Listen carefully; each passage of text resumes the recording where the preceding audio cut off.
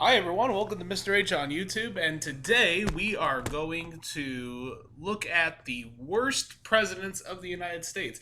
I had a lot of fun putting together the top 10 presidents video, and so I thought to myself, what better way than to show you all my political leanings by leaning into that and showing you what I think are the 5 worst presidents of the United States.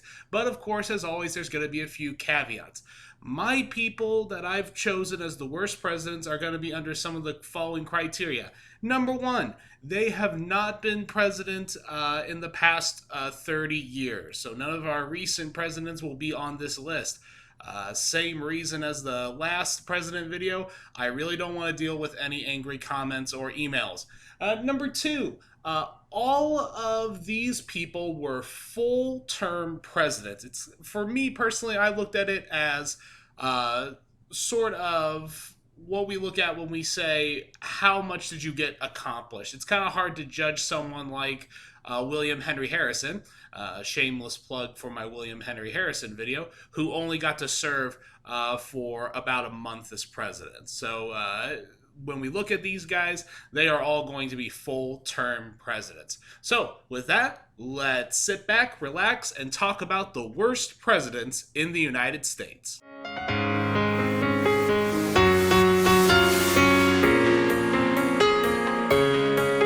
At number 5, we have Millard Fillmore. Now, some of you may be saying to yourself, hey, Mr. H, you just broke your one rule saying that you weren't going to do partial termers. Yeah, it's my YouTube channel. I get to do what I want. Millard Fillmore was our 13th president, and for those of you who don't know, he goes down as one of the worst presidents in history, mostly because he really failed when it came to stopping the Civil War. Millard Fillmore rose to power after the death of Zachary Taylor. He would go on to allow the Compromise of 1850 to pass its legislation into law. The Compromise of 1850 not only brought California into the states as a free state, however, it also made a much more enforceful fugitive slave law, which would lead to several cases of free African Americans in the North being forced into slavery. He was a big proponent of slavery being spread into the new territories. Millard Fillmore's inability to really see the big picture when it came to the basically the terribleness of slavery really allowed slavery to continue in the United States and set the groundwork for the Civil War. At number 4, we have Herbert Hoover. There are many presidents that we could have chosen for this list who went about their presidency basically doing nothing and are seen as ineffective. However, Hoover is one of the few presidents that ineffectiveness led to outright disaster for the United States. Herbert Hoover came onto the scene as a laissez-faire politician, understanding basically general consensus at the time that politicians weren't really supposed to be that activist. This was pretty much orthodox political ideology at the time, that the government shouldn't intervene. So that's why he's not as high on the list as he could have been. However, laissez-faire politics and laissez-faire economics really went down in history as ineffective, especially during the greatest economic calamity of our nation, which was the Great Depression.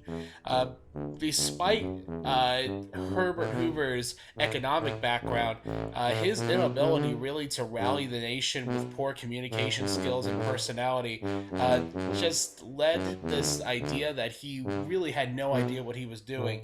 And it wasn't really just personality that led him to being a bad president. Also, his policies of non-government intervention, trying to get billionaires to donate, and voluntarism, as well as fueling protectionism in his trade policies, exasperated the Great Depression and the economic impact on the United States. So Herbert Hoover rightfully goes down as one of our worst presidents. Number 3, Franklin Pierce.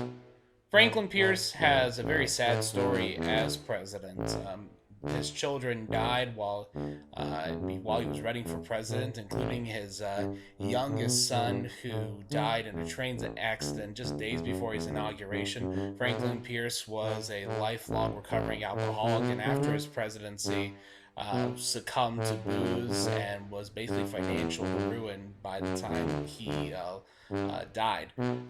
While he has a very sad story, his real inability to do anything to stop the Civil War, do anything to remotely fulfill his duties as president, truly puts him at the top of this list. Franklin Pierce's presidency sets the stage for the Civil War. His desire and almost an obsession to expand the territory of the Union was really in conjunction with a desire to add slavery into those territories. And he really goes down in history as a coward and ineffective in his refusal to fight senators on the Kansas-Nebraska Act. The Kansas-Nebraska Act would go on to fuel the flames of both the abolitionist and pro-slavery sides and lead to what many historians know as Bleeding Kansas. And when you have a title like Bleeding Kansas associated with your name, it leads to not so much presidential notoriety. At number 2, we have Andrew Johnson. Of all the candidates who had to fill in President Lincoln's shoes upon his assassination in 1865, you couldn't ask for a worse candidate than Andrew Johnson. His inability to compromise, his massive ego, his temper, his icy demeanor, all of these quote-unquote skills really led him to having one of the least ineffective and most margined and terrible presidencies in the United States. We could name several different failures, but probably his two biggest ones were his oppositions to the 14th Amendment. I would argue our most important amendment. He also would go down in infamy for his appalling record of civil rights and his opposition to the equal opportunity for African Americans post-Civil War. Andrew Johnson wished to bring the United States back to that pre-Civil War status quo without recognizing the sacrifice that hundreds of thousands had made in the war to change the nation forever. This inability to change, this inability to compromise, and the inability really to see the bigger picture led him to being such a terrible president. And at number 1, the worst all-time president, in my opinion, is James Buchanan. There are many presidents that historians and the general public can say were bad, were ineffective, were racist, were xenophobic, uncompromising, or terrible. But James Buchanan has that distinction of truly being treasonous. In my opinion, James Buchanan fundamentally and willingly disregarded his oath of office when he refused to step in to stop the Civil War. That is, to preserve, protect, and defend the Constitution of the United States. James Buchanan's cowardice when it came to the Civil War and his inability to stop the Civil War from happening, and also just his blasé attitude when it came to the succession of the Southerners, really shows us just who this man was, and that he had no qualifications for being president, no inability to really see the bigger picture, and also a total disregard for his job as president, because that's what the presidency is. It is to preserve, protect, and defend the Constitution of the United States. Many presidents can fail at this task, and history shows that many have, but James Buchanan goes down in history as the only one who willingly decided to fail. But what do you think? Go ahead and comment below with your own top 5 worst presidents of the United States.